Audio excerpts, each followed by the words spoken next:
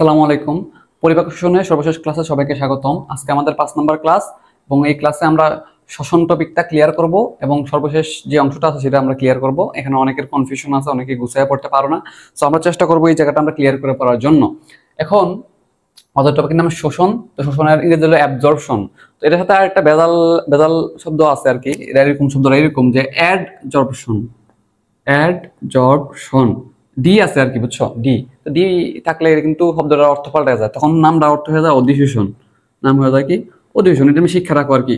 Chemistry second পেপারের যে chemistry first পেপারের 2 নম্বর যেটা গুণগত রসায়ন, সবার শেষে দেখবে ক্রোমাটোগ্রাফি নামে একটা টপিক আছে, ওখানে তোমরা এই কথাটা খুঁজে পাইবা যে অধিশোষণ বা অ্যাডজর্পশন। ঠিক আছে, যাক এটা বাদ দিলাম আমরা, এটা নিয়ে আমাদের কোনো টেনশন নেই, কথাবার্তা নাই। তো এখন আমরা কথা বলবো কি নিয়ে? আমরা কথা বলবো হচ্ছে শোষণ নিয়ে। তো শোষণ টপিকটার মেইন কথাটা কি? মেইন কথাটা হইলো আমরা যে খাবারটা খাইছি, পরিপাক নালীতে খাবারটা আছে, এই খাবারটা রক্তের মধ্যে চলে যাবে। ঠিক আছে, রক্তের মধ্যে শোষিত হয়ে চলে যাবে। ঠিক আছে, চলে গেলে কি হবে? এই রক্তটা দিয়ে সারা দেহে বিভিন্ন কোষের মধ্যে এই পুষ্টিগুলো আমরা নিতে পারবো, পরিপাকৃত খাদ্য সারগুলো নিতে পারবো। ঠিক না?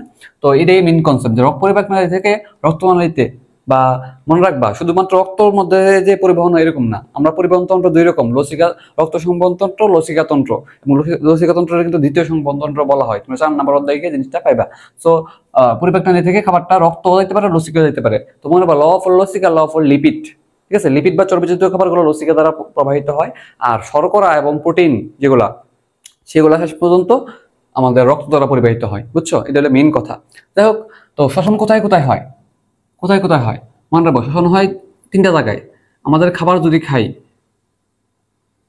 ক্ষুদ্রান্তে হয়। আমরা যদি সিরিয়ালে আসি, দেখো সিরিয়ালে যদি আসি, পাকস্থলী আছে, পাকস্থলী আছে, এরপরে কি ক্ষুদ্রান্ত, এরপর আছে আমাদের আমরা বলতে পারি বৃহদন্ত্র। ঠিক না? বৃহদান্ত্র বা বৃহদন্ত্র যেটাই বলো না কেন। ঠিক আছে, তোমার রাখবা আমাদের যে ক্ষুদ্রান্ত আছে, ক্ষুদ্রান্তের মধ্যে 90% কি শোষণ হয়। ঠিক আছে, তাহলে বাকি 10% হয় কোথায়? ওইদিকে। ঠিক আছে, তাহলে বাকি 10% হয় কোথায়? পাকস্থলী এবং বৃহদন্ত্রে। তাহলে আমরা যদি খাদ্য শোষণের প্রধান স্থল কোনটি, তুমি বলবা ক্ষুদ্রান্ত। ঠিক আছে, আচ্ছা, তাহলে পানি শোষণের প্রধান স্থান কোনটি? ক্ষুদ্রান্ত। তর্কে কনফিউশন লাগাও যে পানি শোষণের প্রধান স্থান অনেক জায়গায় তোমরা দেখো যে ক্ষুদ্রান্ত, অনেক জায়গায় দেখো যে বৃহদন্ত্র, অনেক কনফিউশন হয়ে যাও। দেখো মনে রাখো, ক্ষুদ্রান্তের মেইন কাজ শোষণ করে ফেলা। হ্যাঁ, পরিপাকও হয়, তবে শোষণটা সবচেয়ে বেশি হয় কোথায়? ক্ষুদ্রান্তে। আর বৃহদন্ত্র তো অনেক কাজে আছে, এর মধ্যে পানি শোষণটা হইলো বেশি করে আর কি, বেশি করে। ঠিক আছে, তবে ম্যাক্সিমাম শোষণটা হয় কোন জায়গায়? এই জায়গার মধ্যে। তো যদি প্রশ্ন জিজ্ঞাসা করে তাহলে আনসার দিব ক্ষুদ্রান্ত। আচ্ছা ঠিক আছে, এটা বুঝলাম। তাহলে এই কথাটা বুঝলাম, সমস্যা নাই। এবার ক্ষুদ্রান্তের মধ্যে কেন 90% করে, এটা প্রশ্ন যে কেন ক্ষুদ্রান্তের মধ্যে কি এবং স্পেশাল জিনিস আছে। মনে রাখবা, ক্ষুদ্রান্তের মধ্যে আঙ্গুলের মতো প্রক্ষেপিত, আঙ্গুলের মতো প্রক্ষেপিত কিছু অংশ আছে, নাম ভিলাই। নাম কি? ভিলাই। তা এক বছর বহু বচনে বলে ভিলাই, আর এক বচনে বলে ভিলাস। মনে রাখবা, বায়োলজিতে সিঙ্গেল বা এক বচন বোঝাইতে যদি কি থাকে, আঁচ থাকে, তাহলে বহু বচনে হইব কি? আই লাগাই দিবা। ঠিক আছে, অর্থাৎ বহু বচনে দুইটা আই বা আই লাগাই দিলে কি হয়ে যাবে?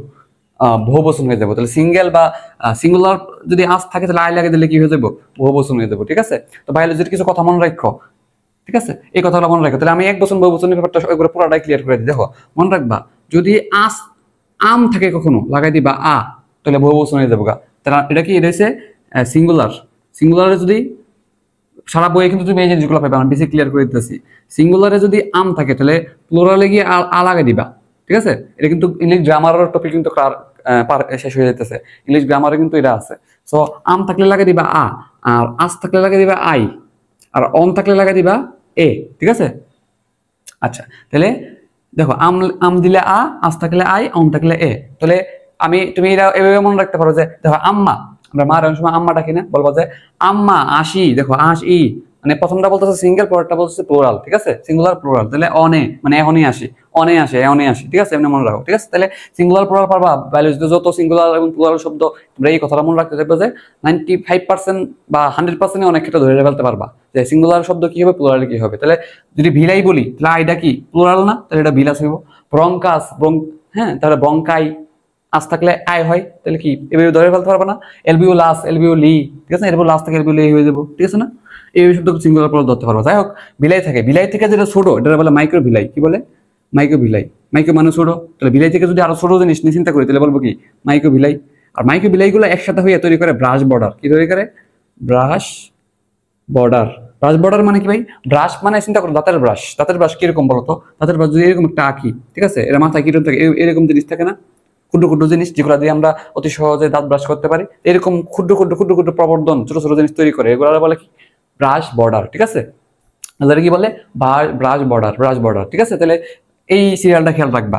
আচ্ছা, তাহলে বিলাই থাকার কারণে কি হয় যে এখানে সবচেয়ে বেশি শোষণ হয়। তাহলে বিলাই ওখানেও থাকে, এখানেও থাকে, কিন্তু কম থাকে 10%, ঠিক আছে। তাহলে মনে রাখবা যে এই দুটো জায়গা কিন্তু 10% হয়, 10%, 90% যদি এই জায়গা হয়, তাহলে এই কথাটা বুঝছো যে কেন ক্ষুদ্রান্তে বেশি হয়? কারণ বিলাই আছে। হচ্ছে ক্ষুদ্রান্তটা আবার তিনটা পার্ট আছে। ক্ষুদ্রান্ত তিনটা পার্ট আছে না? ডিউডিনাম, জিজোনাম, ইলিয়াম। আমি কিন্তু আগে পড়াইছি ডিউডিনামে সবচেয়ে বেশি পরিপাক হয়, কারণ এই জায়গায় সব সব এনজাইম এসে কাজ করে। যকৃত থেকে পিত্তরস আছে, তারপর হচ্ছে অগ্নাশয় থেকে অগ্নাশয় রস, আন্ত্রিক গ্রন্থি থেকে আন্ত্রিক রস। আন্ত্রিক রসের অপর নাম কিন্তু সাক্কাস ইন্টেরিকাস, এটা মনে রাখবা। আন্ত্রিক রসের অপর নাম কি? সাক্কাস ইন্টেরিকাস। ইন্টেরিকাস এই শব্দটা মনে রাখো, ঠিক আছে।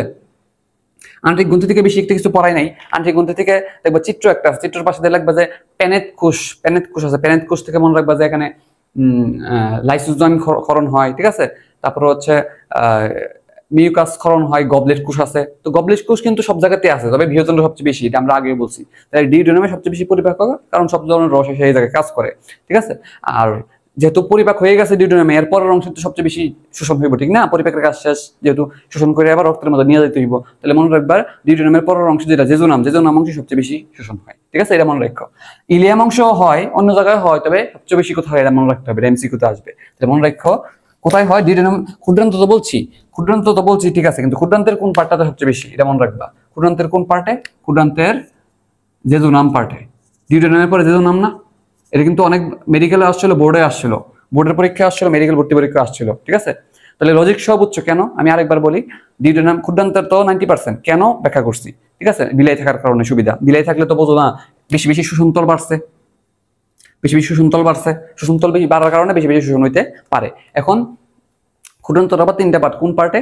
জিজোনামে সবচেয়ে বেশি শোষণ হয়, ঠিক আছে। তাহলে ডিউডিনামে সবচেয়ে বেশি পরিপাক হয়, জিজোনামে সবচেয়ে বেশি শোষণ হয়, ঠিক আছে। আর সবচেয়ে বেশি গবলেট কোষ বা পিচ্ছিলকারী পদার্থ থাকে কোথায়? বৃহদান্ত্রে। আগেও বলছি অনেকবার ক্লাসের মধ্যে, ঠিক আছে। ওকে, তাহলে এটা মনে রাখলাম। এবার কথা হচ্ছে বিলাই সম্পর্কে কিছু তথ্য তোমার মনে রাখা লাগবে। বিলাই সম্পর্কে কিছু তথ্য। সংখ্যা কত? সংখ্যা হইলো 50 লক্ষ। 50 লক্ষ, 50 লক্ষটা কি 5 মিলিয়ন বলা যায় না? আলিম স্যারে 5 মিলিয়ন লেখা আছে, ঠিক আছে। 5 মিলিয়ন মনে রাখো। আর এটা মোটামুটি একটা জায়গা তৈরি করে, একটা কতটুকু ক্ষেত্রফল তৈরি করে এটা মনে রাখতে হবে। কতটুকু ক্ষেত্রফল তৈরি করে এটা মনে রাখতে হবে, মনে রাখবা। এটা হচ্ছে 10 থেকে 40 বর্গ মিলিমিটার স্কোয়ার জায়গা তৈরি করে, ঠিক আছে। এবং এর ক্ষেত্রফল কতটুকু? ক্ষেত্রফল যদি বলে কতটুকু শোষণতল, মনে রাখবো 10 মিটার স্কোয়ার, ঠিক আছে। এই তথ্যগুলো একটু মনে রাখবো এমসিকিউর জন্য, সংখ্যা ভিত্তিকের তথ্যগুলো, ঠিক আছে। বিলাই সংখ্যা মঙ্খ্যা আমরা এগুলো পড়ছি। তাহলে আমরা কি বললাম? ক্ষুদ্রান্তের শোষণ ব্যাপারটা সম্পর্কে ধারণা পাইলাম যে কোথায় হয়, কতটুকু হয়, কেমনে হয়, ঠিক আছে। এখন পড়বো যে কোন ধরনের খাদ্য কিভাবে হয়, কোন ধরনের খাদ্য কিভাবে হয়, এই জিনিসটা আমরা এখন পড়বো, ঠিক আছে।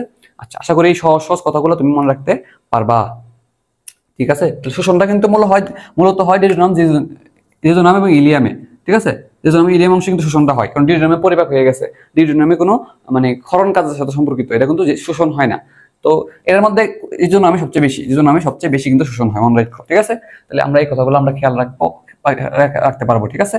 ছক করবো, ছক করে ক্লিয়ার করে ফেলবো জিনিসটা, ঠিক আছে। আচ্ছা, একটা জিনিস আমি পড়াইছিলাম, তবে আবারও বলি। একটা জিনিস আগেও পড়াইছিলাম, এখনো আবারও বলবো। দেখো, আমরা যে বলছিলাম লিপিডের কথা, লিপিড বা ফ্যাট, ফ্যাট বলছিলাম, যেটাই বলো না কেন বলছিলাম, মনে রাখো যে ফ্যাট ব্যাঙ্গা উপন্য হয় ফ্যাগ। এখন দেখো খেয়াল করো, লিপিড কিন্তু বড় লিপিডও আছে, ছোট লিপিডও আছে, বড় লিপিডও আছে, ছোট লিপিডও আছে। বড়গুলা কি হয় মনে রাখো, বড়গুলা কি হয়, ছোটগুলা কি হয় মনে রাখতে হবে। এখন দেখো ছোটগুলা যেটা হয় লাইপেজ এনজাইমের সাহায্যে, লাইপেজ এনজাইমের সাহায্যে বলছিলাম জিএফ দিয়ে মনে রাখতে বলছিলাম, অথবা ফ্যাগ দিয়ে মনে রাখতে পারো। জিএফ মানে কি? গ্লিসারল, আর কি fatty acid, fatty acid, glycerol কি? Fatty acid. তাহলে এটা এখানে শেষ। আর বড় যেগুলো হয়, বড় এগুলা ভাঙার জন্য শুধুমাত্র লাইপেজ এনজাইম কাজ করলে হবে না, এই জায়গায় দুইটা জিনিস কাজ করে। আমরা জানি পিত্তরসের কাজেরও চর্বিজাতীয় খাদ্যের উপর কাজ করা, পিত্তরস, এবং এই জায়গায় লাইপেজও কাজ করবো। তাহলে লাইপেজের সহায়তায় পিত্তরস ভেঙে ফেলবে, ভেঙে ফেলে উৎপন্ন করবে কিছু ক্ষুদ্র ক্ষুদ্র জিনিস। তাহলে এটা বড় আছিল না, বড়টা ভেঙে ভেঙে ক্ষুদ্র ক্ষুদ্র জিনিস তৈরি করবে, ক্ষুদ্র ক্ষুদ্র জিনিস তৈরি করবে। তো এই প্রক্রিয়াটার নাম কি? আমরা বলছিলাম যে এই যে পিত্তরস ভেঙে যায় বড় বড় চর্বিকণার ছোট ছোট চর্বিকণায় পরিণত করে, এই প্রক্রিয়াটার নাম হলো ইমালসিফিকেশন। নাম কি? ইমালসিফিকেশন, ইমালসিফিকেশন, ঠিক আছে। ইমালসিফিকেশনের বাংলা কি? এটা কিন্তু ইংরেজি শব্দ, ঠিক আছে। বাংলা হলো অবদ্রবণ, অবদ্রবণ, ঠিক আছে? এটা কিন্তু আগেও বলছি আমরা। এই যে ক্ষুদ্র ক্ষুদ্র জিনিসগুলো উৎপন্ন হলো, এই জিনিসগুলোর নাম কি? এই জিনিসগুলোর নাম হলো মাইসিলি। নাম কি? মাইসেলি, মাইসেলি, ঠিক আছে? তো এখন চিন্তা করো তো, এই ক্ষুদ্র ক্ষুদ্র কণাগুলোর সাথে কি পিত্তরস যে যোগ করলাম, পিত্তরস কি লেগে আছে না? আর আমরা জানি এই পিত্তরসের সাথে পিত্ত লবণ থাকে, পিত্তরঞ্জক থাকে। এখন এটা তো ক্ষুদ্র ক্ষুদ্র হয়েছে, এটা পরিপাক হইতে হইব। পরিপাক হইতে গেলে যে জিনিসটা হবে যে এই যে জিনিসটা, এই জিনিসটা আরেকটু কাজ হবে। কি কাজ হবে? আরেকটু কাজ হবে। এখন মনে রাখো, এই যে মাইসিলি আছে, এখান থেকে যদি আমরা পিত্ত পিত্ত পিত্ত লবণটা বাদ দিয়ে দিই, মাইনাস পিত্ত লবণ, মাইনাস পিত্ত লবণ, কারণ পিত্তরস যেহেতু আছে, এই জায়গায় তো পিত্ত লবণও আছে, তাহলে পিত্ত লবণটা যদি বাদ দিয়ে দিই, হ্যাঁ, তখন আরেকটা জিনিস উৎপন্ন হইব। তাহলে কি বললাম যে মাইসিলের থেকে যদি পিত্ত লবণটা বাদ দিয়ে দাও, তখন যেটা উৎপন্ন হবে এটার নাম হচ্ছে কাইলোমাইক্রন। নাম কি? কাইলোমাইক্রন। মাইক্রো মানে তো ছোট, তাহলে এটার নাম কি?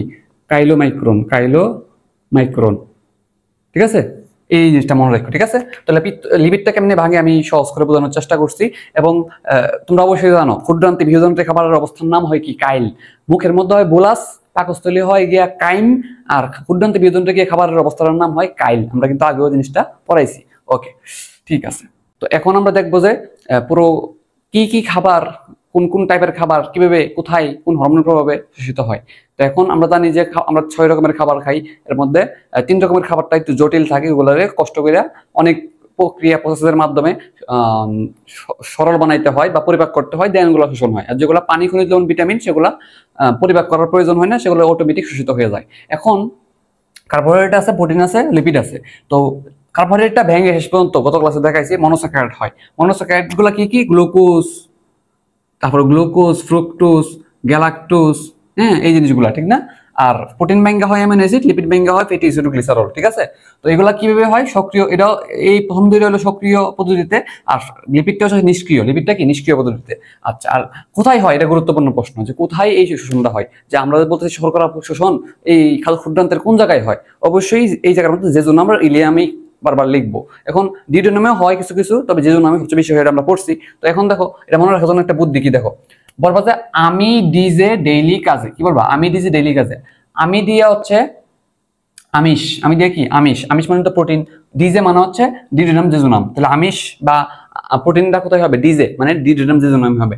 ডেইলি মানে হচ্ছে, ডেইলি মানে হচ্ছে লি দিয়ে লিপিড, আর ডেই মানে হচ্ছে ডিউটেনাম। হ্যাঁ, তাহলে দেখো ডেই মানে হচ্ছে ডিউটেনাম ইলিয়াম, দেখো ডিউটেনাম ইলিয়াম, ডিউটেনাম এবং ইলিয়ামে ডেইলি, লি দিয়ে হচ্ছে লিপিড, ঠিক আছে? ডেইলি কাজে, কাজে হচ্ছে কার্বোহাইড্রেট, কাজে কার্বোহাইড্রেট, যে দিয়ে ডিউটেনাম, ঠিক আছে? তাহলে কি বললাম? আমি ডিজে মানে হচ্ছে আমিষটা বা প্রোটিনটা হবে, ডিজে মানে হচ্ছে ডিউটেনাম জেজুনামে, ডেইলি মানে হচ্ছে ডিউটেনাম ই দিয়ে ইলিয়াম, ইলিয়ামটা কোথায় হবে? এই জায়গায় কি হবে? লিপিডটা শোষণ হবে। এবং কাজে কার্বোহাইড্রেট, জেজুনাম, ঠিক আছে? তাহলে এই কথাটা যে তুমি চাইলে মনে রাখতে পারো যে কোন খাদ্যটা ক্ষুদ্রান্তের কোন জায়গায় শোষিত হয়, ঠিক আছে? এটা গুরুত্বপূর্ণ প্রশ্ন। এবং কোন হরমোনের প্রভাবে, এটা আলিম স্যারের বই থেকে নিয়েছি, এটা একটু মুখস্থ করে ফেলবা কষ্ট করে। ইনসুলিন, গ্লুকোকর্টিকয়েড, ইনসুলিন এবং গ্লুকোকর্টিকয়েড। দেখো গ্লুকো মানে তো গ্লুকোজ, তাহলে এই কার্বোহাইড্রেট যদি বলে যে গ্লুকোকর্টিকয়েড কোন হরমোনটা কোন ধরনের খাদ্য পরিশোষণে ভূমিকা রাখে, তাহলে তুমি বলবো গ্লুকো মানে তো গ্লুকোজ, তুমি কার্বোহাইড্রেট দিব, ঠিক আছে না? আর ইনসুলিন তো গ্লুকোজের সাথে কানেক্টেড, তাহলে এই যেটা কিন্তু অটোমেটিক মনে রাখতে পারবা। আর বাকি যে দুইটা আছে, বাকি দুইটাই same same. Thyroxine hormone, thyroid থেকে আসে থাইরক্সিন হরমোন, থাইরক্সিন হরমোনের প্রভাবে বাকি দুইটা শোষিত হয়, ঠিক আছে? তাহলে এই একটা ছক দুটো করে ফেলতে পারো, তোমার একটা পুরো পেজ শেষ বলা যায়, বুঝছো? তো এই বিবেকে তুমি গুছাই ফেলতে পারো। এছাড়া তিনটা জিনিস বই, আর বাকি 3টা জিনিস বই থেকে পড়ে নিবা। পানি কত? 400 থেকে 800 মিলিলিটার। খনিজ লবণগুলো অটোমেটিক নিষ্ক্রিয় পদ্ধতিতে শোষিত হয়ে যায়। পানিটা মানে অবিশ্রবণ পদ্ধতিতে, পানিটা কি পদ্ধতিতে? অবিশ্রবণ পদ্ধতিতে। আর খনিজ লবণ অটোমেটিক শোষিত হয়ে যায়। আর ভিটামিন 2 রকমেরই হয়, একটা হচ্ছে চর্বিত দ্রবণীয়, পানিতে দ্রবণীয়, 2 রকমের ভিটামিনই কি শোষিত হয়। এক্ষেত্রে চর্বিত দ্রবণীয় যেগুলো, এগুলো পিত্তরসের সাহায্যে আর কি ইজিলি শোষিত হইতে পারে। এই কথাগুলো বইতে রিডিং দিলে বুঝতে পারবা। জটিল ছিল এই ব্যাপারটা, আমি ক্লিয়ার করে দিলাম, ঠিক আছে? এই একটা ছক দিয়ে তোমার একাডেমিক অ্যাডমিশন সব পার হবে। জাস্ট বইয়ের উপর এটা ছকটা শুরু করে লাগা দিবা, শেষ, বুঝছো? ওকে, তাহলে আশা করি শোষণ প্রক্রিয়াটা টোটালি ক্লিয়ার। ওকে, তাহলে একটা ছকের মাধ্যমে আমরা ক্লিয়ার করে ফেলতে পারছি। তাহলে এবার আসো আমরা নেক্সট কি করা যায় দেখি, ঠিক আছে? এবার আসো,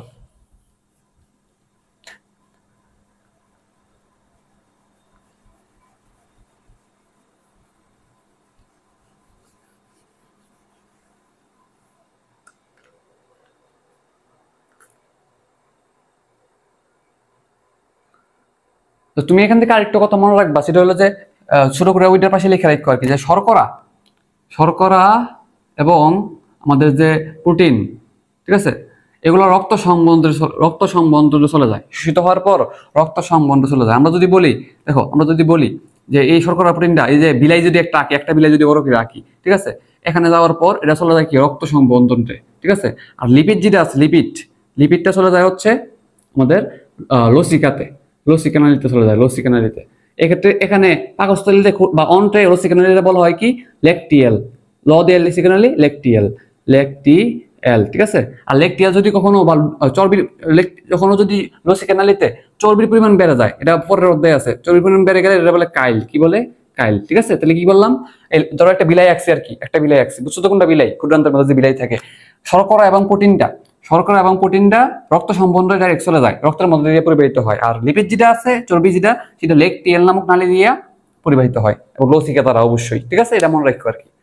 ওকে, এখন আমরা দেখবো যে পরিপাক স্নায়ুতন্ত্রের ভূমিকা, এই টপিকটা, যে কিভাবে আমরা পরিপাকতন্ত্রে স্নায়ুগুলো কাজ করে। তো মনে রাখবা, তাহলে আমাদের টপিকের নাম কি, স্নায়ুতন্ত্রের ভূমিকা। হ্যাঁ, তো দুই রকমের স্নায়ুতন্ত্রের ভূমিকা থাকতে পারে, একটা হলো যে ইন্ট্রিনসিক, একটা হলো এক্সট্রিনসিক। ইন্ট্রিনসিকটা হলো অন্তর্নিহিত। মনে রাখবা একটা কথা, যে অনেকগুলো স্নায়ু যদি একসাথে হয়, অনেকগুলো স্নায়ু একসাথে যদি জালের মতো তৈরি করে, অনেকগুলো স্নায়ু একসাথে হয়ে যদি জালের মতো তৈরি করে, তারা বলে প্লেক্সাস। কি বলে, প্লেক্সাস। এটা মনে রাখবে যে অনেকগুলো স্নায়ু যদি একসাথে হয়ে জালের মতো তৈরি করে, তারা বলে প্লেক্সাস, ঠিক আছে। তাহলে দুই রকমের প্লেক্সাস আছে আমাদের। কয় রকমের প্লেক্সাস? দুই রকমের প্লেক্সাস বা স্নায়ু জালক আছে। প্লেক্সাসের বাংলা কি? স্নায়ু জালক, ঠিক আছে। দুই রকমের স্নায়ু জালক আমাদের আছে। একটা রকম হলো এক্সট্রিনসিক, একটা হলো এক্সট্রিনসিক বা বহির্নিহিত, একটা হলো ইন্ট্রিনসিক বা অন্তর্নিহিত। তো এক্সট্রিনসিক নিয়ে বা স্নায়ু জালকগুলো নিয়ে বিস্তারিত জানা লাগবে না, তুমি জাস্ট আমার যে লেখা দিচ্ছি যে কথাগুলো লিখতেছি, এই কথাগুলোই তুমি মনে রাখো, ঠিক আছে। ইন্ট্রিনসিক থেকে মনে রাখবা, ইন্ট্রিনসিকে একটা বিশেষ ধরনের স্নায়ুতন্ত্র থাকে, তারা বলা যায় এন্টেরিক স্নায়ুতন্ত্র। তাহলে দেখো, তাহলে এন্টেরিক থেকে তাহলে কি বললাম, ইন্ট্রিনসিক থেকে এন্টেরিক স্নায়ুতন্ত্র। এন্টেরিক স্নায়ুতন্ত্রের মধ্যে এটা বলা হয় একটা কথা মনে রাখো, এটা বলা হয় সেকেন্ড ব্রেইন। কি বলা হয়? Second brain. এটা কি বলা হয়? সেকেন্ড ব্রেইন বলা হয়, এটা মনে রাখবা, ঠিক আছে। কেন সেকেন্ড ব্রেইন বলা হয়? একটা কারণ আছে, আমাদের ব্রেইন তো অনেক স্নায়ু সমন্বয়ে গঠিত, ঠিক না, অনেক নিউরনের সমন্বয়ে গঠিত।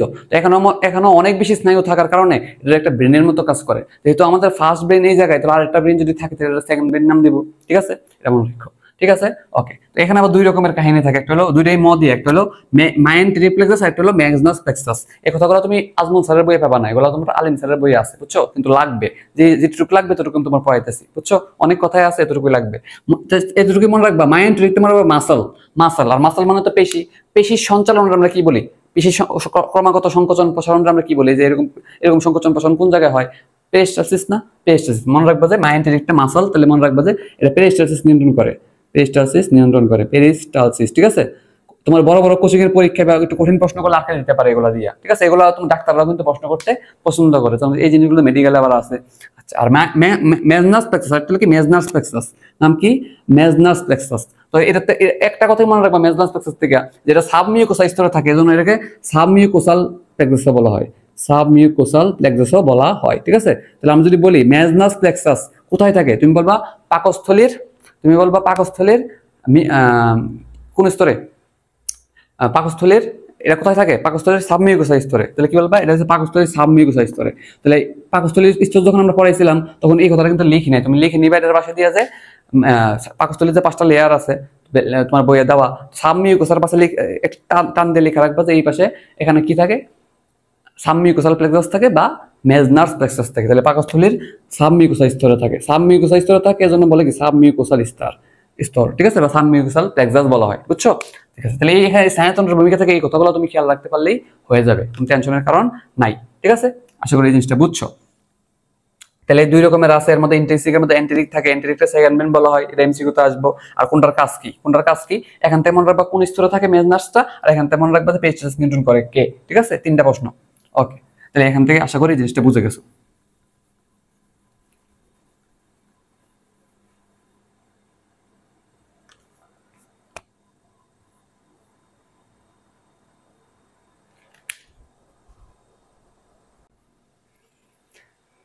আমরা যখন একটা খাবার মুখে নিই,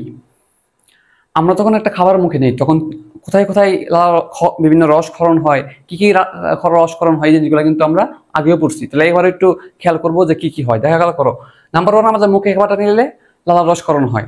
নাম্বার 2 হলো পাকস্থলীতে গেলে গ্যাস্ট্রিক রসকরণ হয়। এরপরে তো পিত্তরস, অগ্নাশয় রস, যুক্ত রস, 3 ধরনের রস কাজ করে আমরা জানি। তাহলে এই রসগুলা কখন করণ হয়, কি হয়, কিভাবে নিয়ন্ত্রিত হয় স্নায়ুতন্ত্র দ্বারা বা মস্তিষ্ক দ্বারা, এই জিনিসগুলো আমরা এখন শিখবো। ঠিক আছে, স্নায়ুতন্ত্রের ভূমিকা পড়তেছি আমরা। তো এখন দেখো নাম্বার 1টা কি? নাম্বার 1 হলো লালা রসকরণ। লালা রসকরণ, লালা রসকরণ।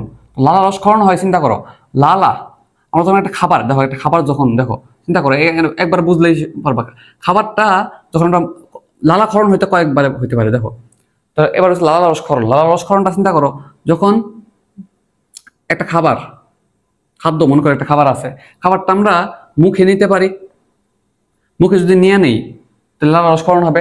অথবা আরো অনেকভাবে কিন্তু ক্ষরণ হইতে পারে। যেমন আমরা যদি খাবারটার কথা চিন্তা করি, যদি গন্ধ পাই খাবারটার, ঠিক আছে, অথবা চিন্তা করলাম গন্ধ নিলাম, চিন্তা করলাম গন্ধ নিলাম, অথবা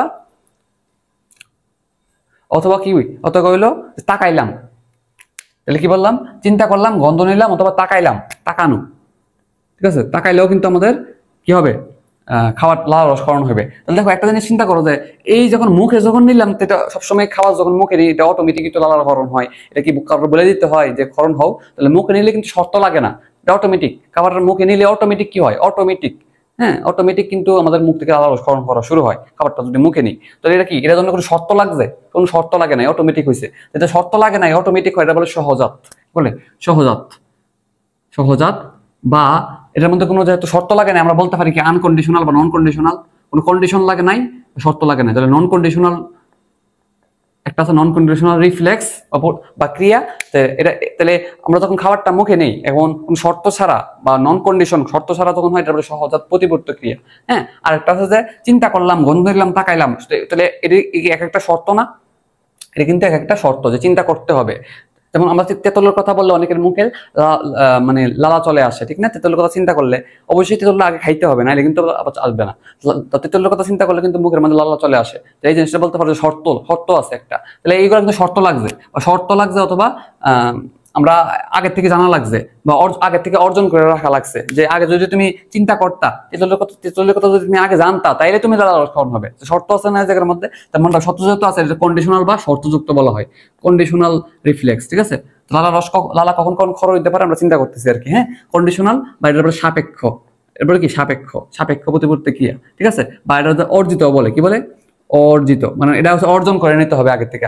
আর এটা হচ্ছে সহজাত, মানে জিন দ্বারা নিয়ন্ত্রিত, জিন দ্বারা, মানে তুমি জন্ম থেকে কি এটা অটোমেটিক পাই আসছো। তো এই সহজাত এবং অর্জিত এই কথাগুলো জানতে হলে তুমি প্রাণীর আচরণ অধ্যায়ে গেলে আরো বিস্তারিত জানতে পারবা। ঠিক আছে, তাহলে এটা হচ্ছে কোনো অটোমেটিক হয়, জন্মের পর থেকে অটোমেটিক হয়, জিন দ্বারা নিয়ন্ত্রিত, এটার জন্য আগের থেকে শিক্ষা আসা লাগে না। ঠিক আছে না, অটোমেটিক হয়। এটা বলে কি? এটা বলে যে সহজাত প্রতিবর্ত ক্রিয়া। আর একটা হচ্ছে শর্তযুক্ত, কন্ডিশনাল বা অর্জন করে নিতে হবে আগের থেকে। ঠিক আছে, এটা বলে কি? এটা বলে তোমার হচ্ছে অর্জিত প্রতিপত্তি ক্রিয়া বা কন্ডিশনাল প্রতিপত্তি ক্রিয়া। ঠিক আছে, বা সাপেক্ষ প্রতিপত্তি ক্রিয়া। আর এখানে এটা বলে অনপেক্ষ বলা হয় অনেক সময়, অনপেক্ষ। ঠিক আছে, আর এই সাপেক্ষ ব্যাপারটারে প্রথম লক্ষ্য করছে একটা বিজ্ঞানীর নাম হলো প্যাভলভ। বিজ্ঞানীর নাম কি? প্যাভলভ। ঠিক আছে, তো এই কথাগুলো তুমি মনে রাখবা। ঠিক আছে, লালা রসকরণ হতে পারে কয় ভাবে? হয় খাবারটা মুখে নিমো, অথবা 3 ভাবে হইতে পারে, যে তাকাবা খাবারের দিকে, অথবা গন্ধ পাইবা, লালা রসকরণ হয়ে যেতে পারে, অথবা চিন্তা করলে অনেক সময় লালা রসকরণ হয়ে যেতে পারে। বুঝছো? আচ্ছা, এই আমরা লালা রসকরণ ব্যাপারটা আমরা আশা করি বুঝছি। ওকে, এবার আসো যে 2 নাম্বার, যেটা যে পাকস্থলী থেকে গ্যাস্ট্রিক রসকরণ হবে। গ্যাস্ট্রিক রসকরণ হয় 3টা স্টেপে। তাহলে গ্যাস্ট্রিক জুস ক্ষরণ। ঠিক আছে, 2 নাম্বার স্টেপ। 1 নাম্বারটা কিন্তু আমরা পড়ে ফেলছি। গ্যাস্ট্রিক জুস ক্ষরণ হয় 3টা ধাপে। কয় ধাপে? 3 ধাপে। 1 2 3। 1 নাম্বার ধাপে কি হয়? 1 নাম্বার ধাপে হচ্ছে আমাদের, আমি নামগুলো পরে বলতেছি, বুঝাই বলতেছি। দেখো, খাবারটা যখন মুখে আসে তখন পাকস্থলী আগে থেকে প্রিপারেশন নেয়। পাকস্থলী আগে থেকে প্রিপারেশন নেয় যে খাবারটা কিন্তু আসতেছে, বস রেডিও, খাবার রেডিও। এবং পাকস্থলী আগে থেকে একটা সিগন্যাল পাঠায় দেয় মস্তিষ্কের কাছে। কার কাছে পাঠায় দেয়? মস্তিষ্কের কাছে একটা সিগন্যাল পাঠায় দেয়। মস্তিষ্কের কাছে একটা সিগন্যাল পাঠায় দেয় যে খাবার কিন্তু আসতেছে, রেডি হও। তো তখন কি হয়? গ্যাস্ট্রিক রসকরণ হওয়া শুরু করে। তাহলে কি মনে রাখলাম? খাবারটা যখন মুখে, তখন কি হয়? দেখো স্টেপগুলো খেয়াল করো প্রথম থেকে। খাবারটা যখন মুখে, পাকস্থলী রেডি হইতেছে এবং এই খবর পাঠায় দিচ্ছে মস্তিষ্কের কাছে। মস্তিষ্ক কি করলো? গ্যাস্ট্রিক রসকরণ করা শুরু করলো। গ্যাস্ট্রিক রসকরণ করা কি শুরু করলো? কারণ কি? আস্তে কিন্তু রেডি হয়ে থাকতে হবে আগে থেকে, ঠিক না? তো যেহেতু মস্তিষ্ক দ্বারা নিয়ন্ত্রিত হয়েছে প্রথম ধাপটা, হ্যাঁ, এজন্য বলা হয় যে মস্তিষ্ক দশা বা স্নায়ুবিক পর্যায়, স্নায়ু আছে না মস্তিষ্কের মধ্যে, আর কোন স্নায়ু দ্বারা পাকস্থলী থেকে খবরটা পাকস্থলী ভেগাস স্নায়ু। তাহলে মনে রাখবা যেটা সেটা হলো যে এখানে ভেগাস স্নায়ু দিয়ে ভেগাস স্নায়ু দিয়ে কই চলে যায়, মস্তিষ্কে খবরটা চলে যায়। ঠিক আছে, যেহেতু স্নায়ু এই জায়গায় জড়িত, হ্যাঁ, এই জন্য স্নায়ুবিক পর্যায় বলতে পারো এটারে। এক নম্বরটা কি বলবা, স্নায়ুবিক পর্যায় অথবা যেটা মস্তিষ্ক দ্বারা নিয়ন্ত্রিত হয়েছে এই জন্য বলে মস্তিষ্ক দশা। কি বলে, মস্তিষ্ক দশা। আর মস্তিষ্করেই কিন্তু গ্রিকে বলা হয় সেফালিক, এজন্য সেফালিক দশা বলতে পারো, সেফালিক দশা বলতে পারো। সেফালো কথাটা মানে মস্তিষ্ক, ঠিক আছে, সেফালিক দশা বলতে পারো। ঠিক আছে, তাহলে তুমি চিন্তা করবা যে কি হইতে পারে। ঠিক আছে, গেল এক নাম্বারটা গেল। এবং এই যে এটা প্রথম করছে না, যেহেতু এটা প্রথমে করছে, মনে বাইরে 1 ঘন্টা, এই সময়টা কতক্ষণ, 1 ঘন্টা ধরে ঘটে। ঠিক আছে, 1 ঘন্টা ধরে এটা ঘটতে থাকে। বইয়ের মধ্যে লেখা আছে 1 ঘন্টা কাল এটা কি স্থায়ী হয়, বুঝছো? তাহলে গেল 2 নাম্বার স্টেপটা কি হইতে পারে দেখো তো। 2 নাম্বার স্টেপে কি হইলো, এতক্ষণ মুখে খাবারটা ছিল এবং পাকস্থলীতে চলে যাবে না, তাহলে 2 নাম্বার স্টেপ হলে পাকস্থলীতে ঘটে। যেহেতু 2 নাম্বার স্টেপটা পাকস্থলীতে ঘটে এবং পাকস্থলী নিয়ন্ত্রণ করে, এজন্য বলা হয় যে পাকস্থলীয় দশা বলা হয় 2 নাম্বার স্টেপে। তো 2 নাম্বার স্টেপের নাম কি, পাকস্থলীয় দশা। এখন দেখো এখানে কি হয়, পাকস্থলীয় দশার মধ্যে গ্যাস্ট্রিক ক্ষরণ হয়। তাহলে আমরা বলবো যে এই জায়গার মধ্যে কি হয়, এবং এই জায়গায় কি বলবো, এই জায়গায় বলবো যে গ্যাস্ট্রিক ক্ষরণ শুরু হয়েছে। এই জায়গায় বলবো কি শুরু, এই জায়গায় মনে রাখবো যে এখানে গ্যাস্ট্রিক ক্ষরণ কি শুরু, আর এই জায়গায় ক্ষরণ চলছে। এটা কি ক্ষরণ, গ্যাস্ট্রিক ক্ষরণ কি চলছে। ঠিক আছে না, কারণ খাবারটা তখন পাকস্থলীতে আছে 2 নাম্বার স্টেপে। মুখে ছিল আগে, যখন মুখে ছিল আগে প্রিপারেশন ছিল, এটা প্রিপারেশন দশা। আর যখন পাকস্থলীতে চলে আসে তখন হচ্ছে, যখন চলে আসছে তখন কি, এখন তো গ্যাস্ট্রিক ক্ষরণ চলতে হবে, ঠিক না? এবং এই জায়গায় কিন্তু সাবমিউকোসাল প্লেক্সাস বা ম্যাগনাস প্লেক্সাসটা কিন্তু কাজ করে। ঠিক আছে, ম্যাগনাস প্লেক্সাসটা ক্লাস করে, ম্যাগনাস প্লেক্সাস, বুঝছো?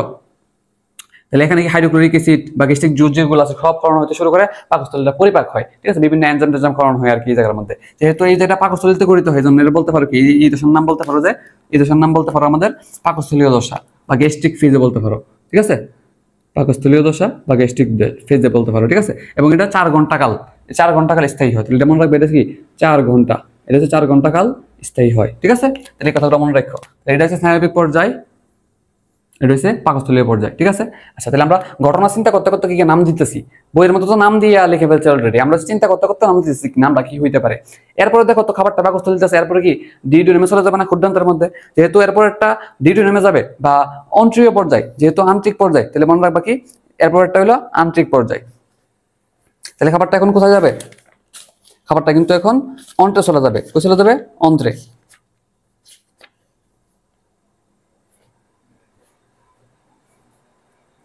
তাহলে 3 নাম্বার স্টেপে কি হবে, এখন 3 নাম্বার স্টেপে খাবারটা অন্ত্রে চলে যাবে। যেহেতু অন্ত্রে চলে যাবে, নাম দিতে পারে কি আন্তরিক পর্যায়, নাম দিতে পারে কি না? তাহলে বলো 3 নাম্বার স্টেপের নাম কি, আন্তরিক পর্যায় নাম দিব।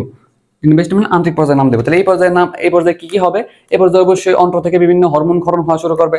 একটা হলো সি দিয়ে কোলিসিস্টোকাইনিন, যেটার অপর নাম পেনক্রিওজাইমিন। আরেকটা হলো যে, আরেকটা নাম হলো সিক্রেটিন, একটা নাম কি সিক্রেটিন, যেটা হরমোন ক্ষরণ হবে, সিক্রেটিন আর কোলিসিস্টোকাইনিন। যেহেতু এখন খাবারটা অন্ত্রে চলে গেছে, খাবারটা যেহেতু অন্ত্রে চলে গেছে, এমনকি গ্যাস্ট্রিক জুস ক্ষরণ বন্ধ করে দিতে হবে না, তাহলে গ্যাস্ট্রিক জুস ক্ষরণ এখন বন্ধ করে দিব। ঠিক আছে, কারণ গ্যাস্ট্রিক জুসের কাজ ছিল কি পাকস্থলীতে খাবারটা পরিপাক করা। যেহেতু খাবারটা এখন 3 নাম্বার স্টেপে চলে গেছে, মানে অন্ত্রে চলে গেছে বা ডিউডিনামে চলে গেছে, ডিউডিনামে চলে গেলে এখন খাবারটা কি এবং পাকস্থলীর রাস্তা বন্ধ করে দিতে হবে না, পাইলোরিক স্ফিংক্টার যেটা আছে এটা বন্ধ করে দিতে হবে। কারণ নাহলে তো খাবার পরিপাক তো হইতেই থাকবো, ঠিক না?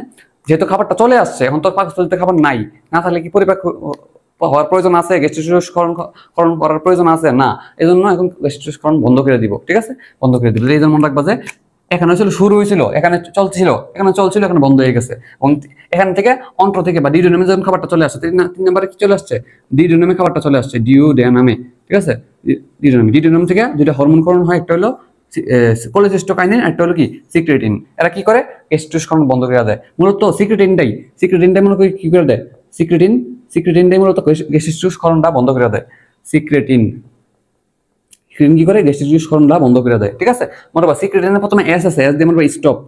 তাহলে স্টপ মানে তো বন্ধ, তাহলে এইভাবে মনে রাখবা। ঠিক আছে, তাহলে পাকস্থলীতে 3টা পর্যায়ের নাম কিন্তু আমরা পড়ছি।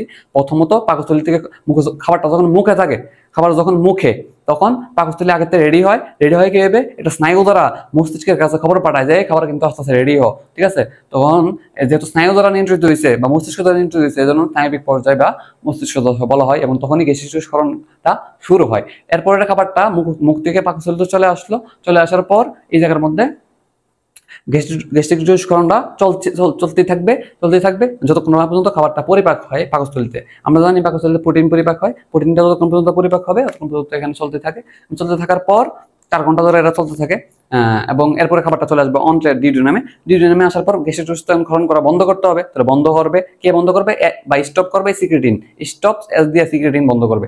আরেকটা হরমোন হয় এই জায়গার মধ্যে কোলেসিস্টোকাইনিন, ঠিক আছে?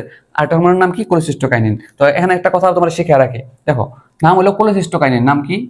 সি দেওয়া হয়েছে কোলেসিস্টোকাইনিন, কোলেসিস্টোকাইনিন, ঠিক আছে? এটার একটা অপর নাম আছে, অপর নাম হলো প্যানক্রিওজাইমিন,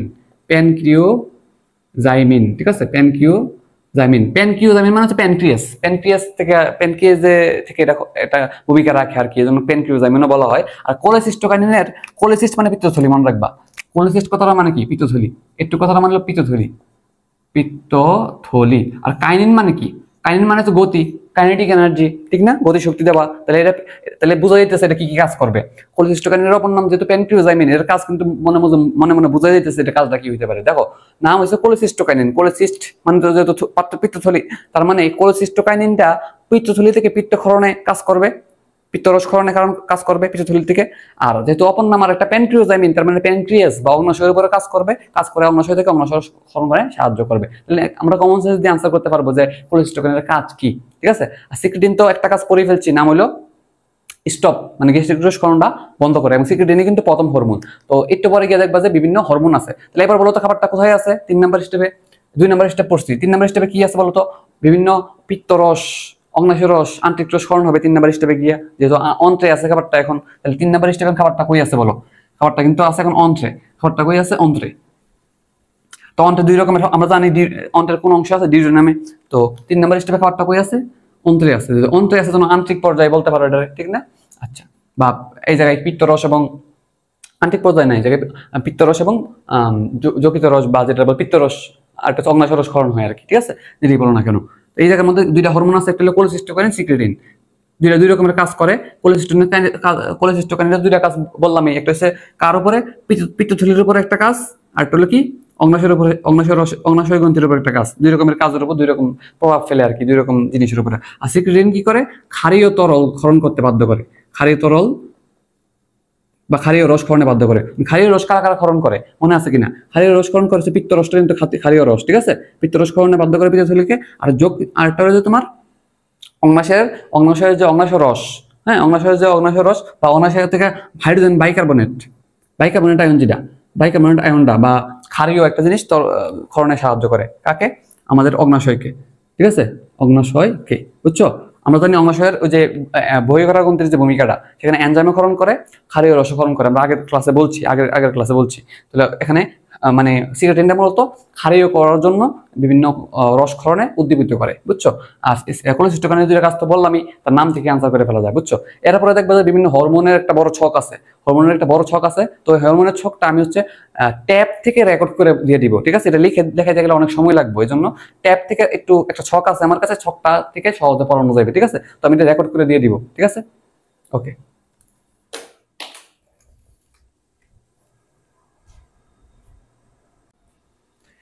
এখন হচ্ছে আমাদের চ্যাপ্টারের সর্বশেষ টপিক, যেটা স্থূলতা ও বিএমআই। তো প্রথমে বিএমআই এর ছক আছে, এখান থেকে এমসিকিউ প্রায় আসে। তো এখান থেকে বিএমআই এর ছকটা তোমার পারাই লাগবে, মাস্ট পারতেই হবে। তো বিএমআই এর ছকটা নিয়ে কিছু কথা বলে দিই, তোমরা এখানে কিছু ছোটখাটো মিস্টেক করো অনেক সময়। তো সবাই এটা জানো যে এটা হচ্ছে আদর্শ, আইডিয়াল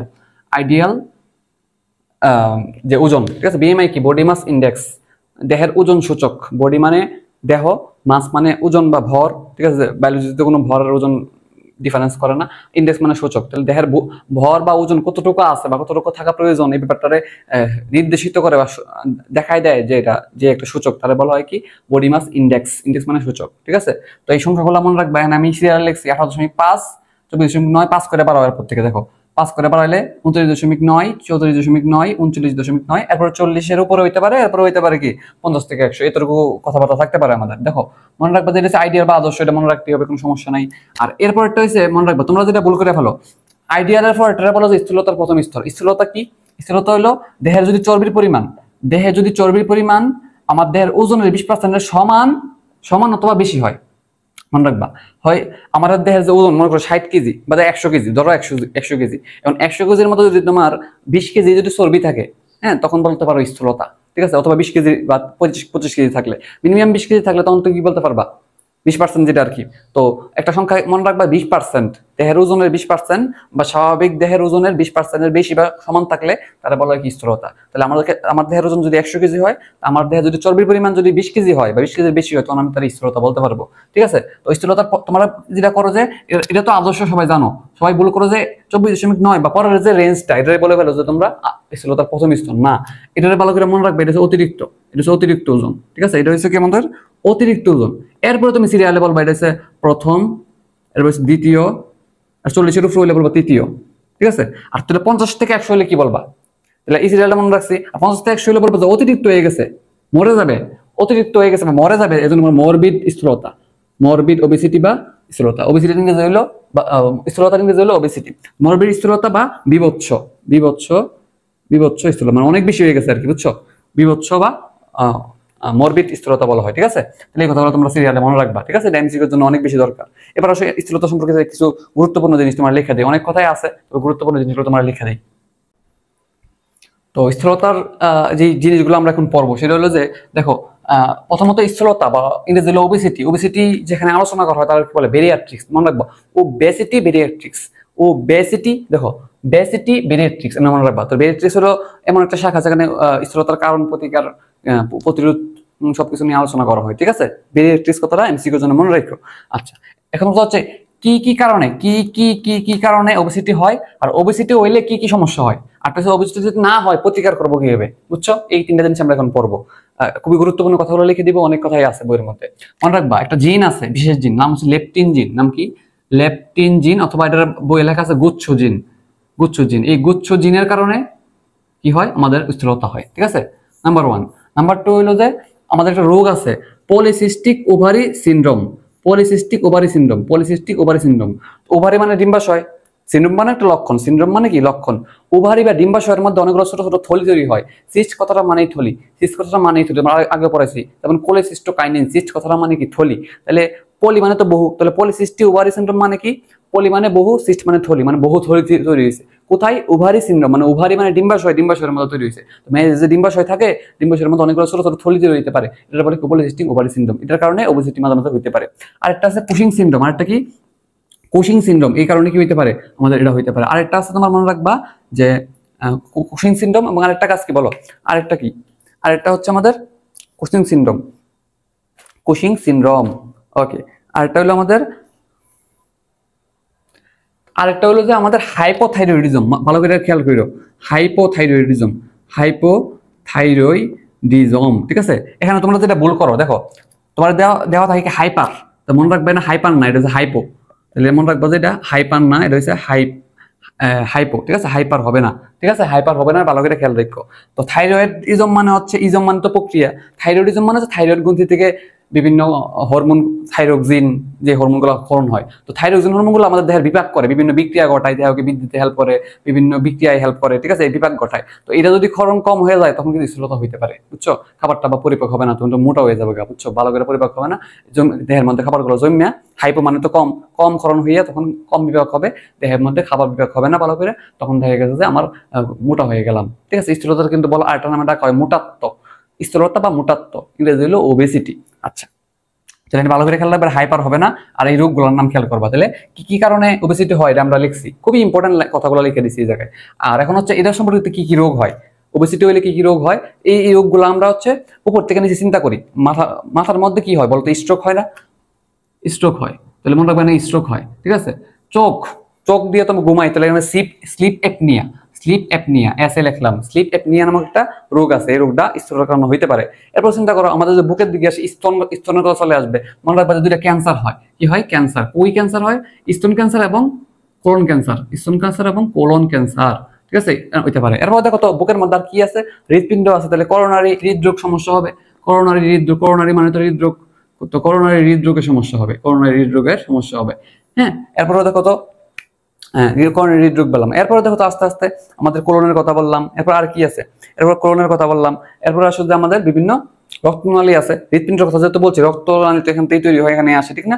রক্তনালীর মধ্যে সমস্যা হলে কি বলতে পারো? রক্তের মধ্যে সমস্যা, তাহলে রক্তের মধ্যে তো উচ্চ রক্তচাপ একটা সমস্যা আছে আমরা জানি, তাহলে রক্তের মধ্যে যেহেতু উচ্চ রক্তচাপ কথাটা বলে ফেলবা, তাহলে উচ্চ রক্তচাপ বা হাই প্রেশার তৈরি হতে পারে, উচ্চ রক্তচাপ তৈরি হতে পারে।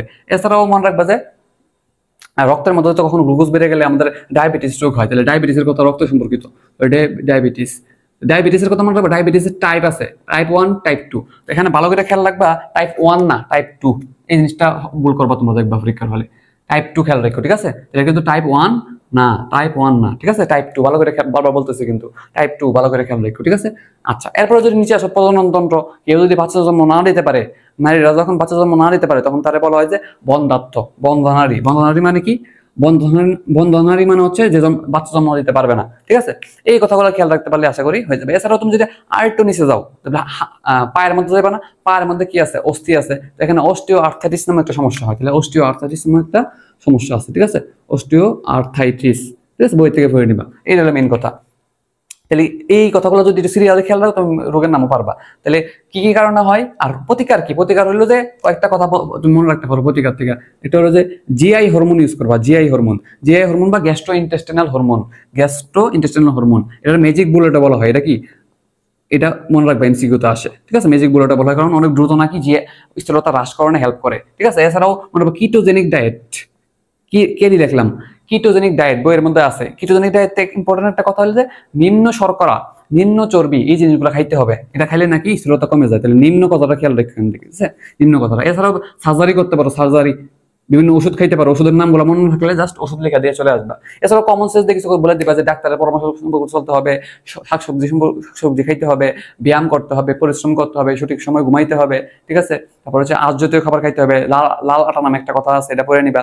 ফাইবার জাতীয় বা আঁশ জাতীয় খাবারগুলো খাইতে হবে, যত ভালো ভালো কাজ খাইতে হবে, ঠিক আছে? ঘুমাইতে হবে, খাইতে হবে, যা আছে, ব্যায়াম করতে হবে, পরিশ্রম করতে হবে, মানসিক শান্তি থাকতে হবে, যা আছে সব লিখে দিয়ে এই জায়গার মধ্যে, বুঝছো? তো এই কথাগুলো একটু খেয়াল রাখবে। সার্জারি নিয়ে হইতে পারে, ওষুধ খাইতে পারে অনেক সময়, ঠিক আছে? তাহলে এই কথাগুলো তুমি এখান মনে রাখো, তাহলে আশা করি তুমি এখান থেকে আর সমস্যা হবে না। মেডিকেল এডমিশন থেকে শুরু করে ভার্সিটি পর্যন্ত তুমি এখান থেকে আটকাবে না, ঠিক আছে? আশা করি আমরা চ্যাপ্টারটা মোটামুটি যতটুকু পারি শেষ করতে পারছি, এবং একাডেমিক অ্যাডমিশন সম্পূর্ণই কভার করছি।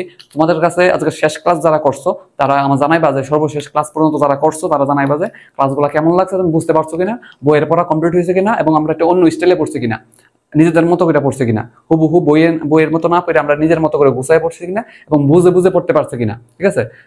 এই জিনিসগুলো আমরা জানাইবা। এছাড়াও কোনো সমস্যা হলে আমাকে জানাবা কমেন্টে, ইউটিউবে হোক বা ফেসবুকে হোক, জানাবা যে ভাই বুঝতে পারি না, এটা আমার আবার বুঝাই দেন। হ্যাঁ, তো এই কথাগুলো খেয়াল রাখো। আমি অ্যাডমিশন সহ মিলাই অনেক কিছুই পড়াইছি, তো আশা করি ক্লাসগুলো ভালো লাগছে বা লাগবে। জানাইবা আমাকে, কমেন্টে জানাইলে আমি বুঝতে পারবো যে কেমন লাগছে। ইউটিউব থেকে ভিডিওটা দেখে থাকলে কেউ আমাকে আমাদের ইউটিউব চ্যানেল সাবস্ক্রাইব করে দিবা। ওকে, এই ছিল কথাবার্তা। তাহলে ভালো থাকো সবাই, আজকের ভিডিও এই পর্যন্তই। দেখা হবে নেক্সট ক্লাসে, নেক্সট কোনো চ্যাপ্টারে, ঠিক আছে? আসসালামু আলাইকুম ওয়া রাহমাতুল্লাহি ওয়া বারাকাতুহু।